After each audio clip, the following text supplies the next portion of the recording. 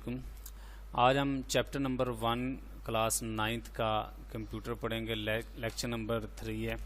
इससे पहले हम 2 लेक्चर पढ़ चुके हैं और उनमें हमने काफ़ी हद तक सिलेबस कवर किया है। लंबे लेक्चर थे दोनों।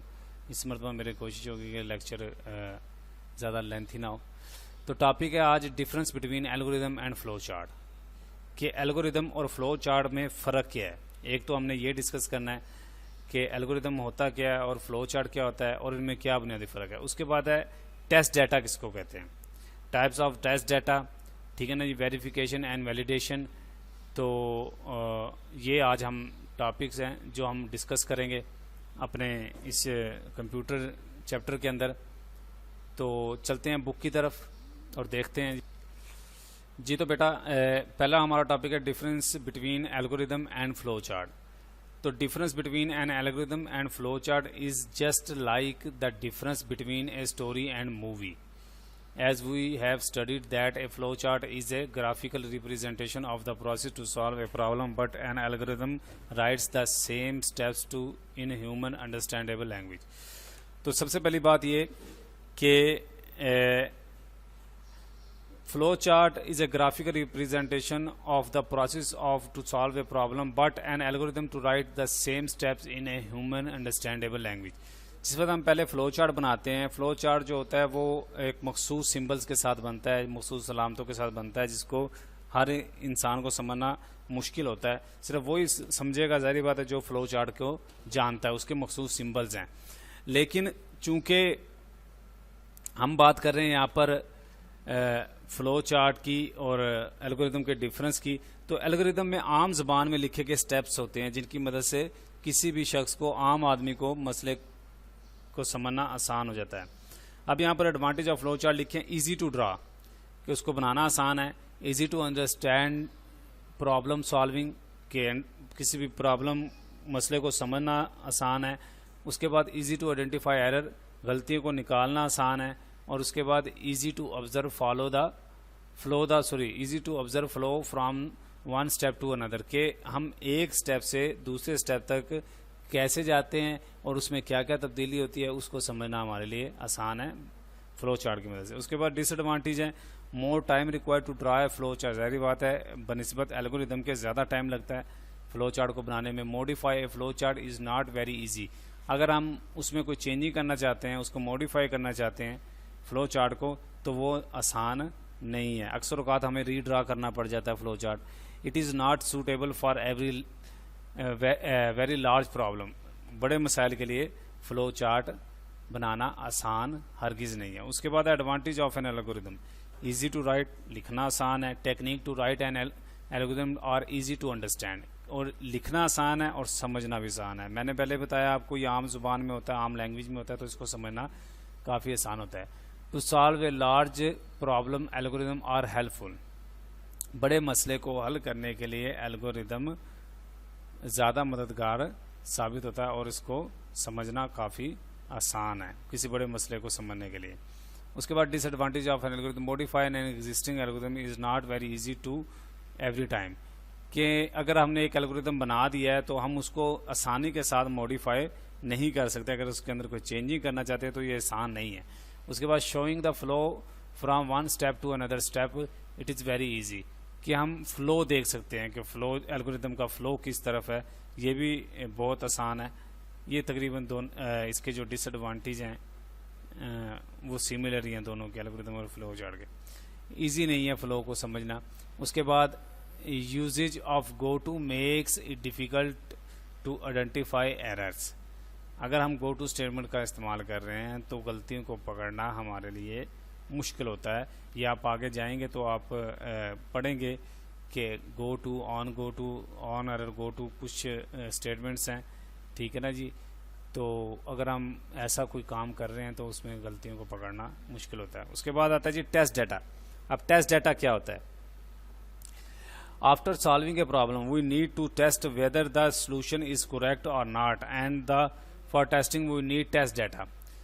लेट्स सी, हमने एक प्रोग्राम बनाया है। अब उस प्रोग्राम के अंदर हम ये देखना चाहते हैं कि आया हमारा प्रोग्राम दुरुस्त आंसर दे रहा है या इनपुट ठीक ले रहा है और उसके मुताबिक आउटपुट हमें दे रहा है कि नहीं। तो उसने उसकी एक एग्जाम्पल दी जिसको हम टेस्ट डाटा कहते हैं।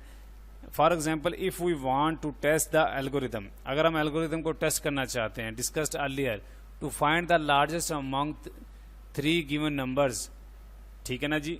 तो हम 3 नंबरों में से बड़ा नंबर मालूम करना चाहते हैं, n0, n1 और n2। Then we need 3 values, तो हमें 3 वैल्यूज चाहिए। These values can be positive, negative और 0। तो एक वैल्यू जो है वो 5 है, 15 है और 3 है, तो या फिर 27 है और या फिर -6 है और 35 है। ये मुख्तलिफ किस्म की 3 उसने वैल्यू दी हैं। So for thinking about testing we also need to think about test data. अब ये 3 तरह का टेस्ट डाटा देकर उसने ये जानने की कोशिश की है कि हमारा जो एल्गोरिदम है वो तीनों टेस्ट डाटा के ऊपर एप्लीकेबल होता है या नहीं।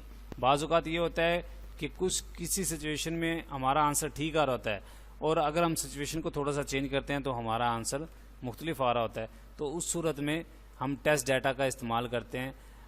Importance of testing is essential point two defect the end error made. ज़ाहिर बात है, टेस्टिंग का मकसद यही है कि गलतियों को निकाला जाए और उनको दुरुस्त किया जाए और अपने सॉफ्टवेयर को ज़्यादा से ज़्यादा बेहतर बनाया जाए। उसके बाद types of testing, valid test data. सबसे पहले जी valid test data. Valid test data के अंदर क्या होता है जी, complies the input requirement of the algorithm. जो एल्गोरिदम के अंदर रिक्वायरमेंट है उसको हम पूरा करते हैं। If an algorithm is suppose to take a numeric value between 1 and 100, तो ये हम 1 और 100 के दरमियान वाली वैल्यूज लेंगे। Then any value between 1 and 100 is valid test data. कि चूँकि हमने उसको वैलिड करार दे दिया है कि 1 से 100 तक हम वैल्यूज़ को टेस्ट कर सकते हैं, तो फिर वही जो होंगी हम उसी को वैलिड टेस्ट डाटा बोलेंगे। Invalid test data is there data does not employ with the input requirement of the algorithm. It is necessary to make sure that the solution correctly work for the invalid values. हम values को change करके देखते हैं, ठीक है ना जी, फिर हम आंसर कैलकुलेट करने की कोशिश करते हैं। लेट्स सी, हमने 2 वैल्यूज़ को जमा करना है, अगर दोनों पॉजिटिव हैं 5 + 3 तो आंसर 8 आ जाएगा। हम उसकी जगह पर एक माइनस और एक प्लस वाली प्लस करके देखते हैं, तो फिर देखते हैं आंसर हमारा ठीक आता कि नहीं। ये इनवैलिड टेस्ट डाटा हो जाएगा। उसके बाद है boundary test data values. A solution is testing extreme values. For example, to calculate the interest we can consider principal amount 0 और वेरी ह्यूज अमाउंट। हमने एक प्रॉब्लम सॉल्व करनी है तो हम उसके ऊपर नॉर्मली जो वैल्यूज़ आती हैं उनको अप्लाई कर रहे हैं। फिर हम एक्सट्रीमली देखते हैं, या तो बहुत ज़्यादा हाई वैल्यू दे के या बहुत ज़्यादा लो वैल्यू दे के हम देखते हैं हमारा आंसर ठीक आता है कि नहीं। Wrong data format. It is wise to check how to system react, कि अगर हम गलत डाटा एंटर करते हैं तो सिस्टम हमें क्या रिप्लाई करता है, तो उसको रॉन्ग डाटा फॉर्मेट बोलते हैं। और एब्सेंट डाटा, किसी डाटा को मिस कर देना। आप डाटा को मिस करके देखते हैं कि आया अब हमारा सॉफ्टवेयर या हमारा जो एल्गोरिदम है या हमारा फ्लो चार्ट है, अब वो क्या रिएक्ट करता है, हमारा प्रोग्राम क्या रिएक्ट करता है इसके बारे में किसी डाटा को मिस करने के बाद। उसके बाद है वेरिफिकेशन एंड वैलिडेशन। ये 2 कंसेप्ट है, काफ़ी अहम कंसेप्ट है। Verification means to test if the solution is actually solving the same problem for which it was design. For example, if you are asked to give a solution for calculating compound interest, then verification means to know that it is given result for compound interest not the plain interest। इसमें होता क्या है जी कि आप verify करते हैं कि आप जो पूछ रहे हैं उसी का आंसर आपको दिया जा रहा है। आपने फ़र्ज़ किया आप कंपाउंड इंटरेस्ट मालूम करना चाहते हैं, उसने एग्जांपल भी दी हुई है नीचे। आप कंपाउंड इंटरेस्ट मालूम करना चाहते हैं तो वो आपको कंपाउंड इंटरेस्ट का ही आंसर देगा, ना कि प्लेन इंटरेस्ट का आपको आंसर दे। तो ये एक एग्जांपल है कि वेरीफाई करते हैं हमारा सॉफ्टवेयर सही वर्क कर रहा है कि नहीं कर रहा। उसके बाद वैलिडेशन है। Validation means to test whether the solution is correct or not.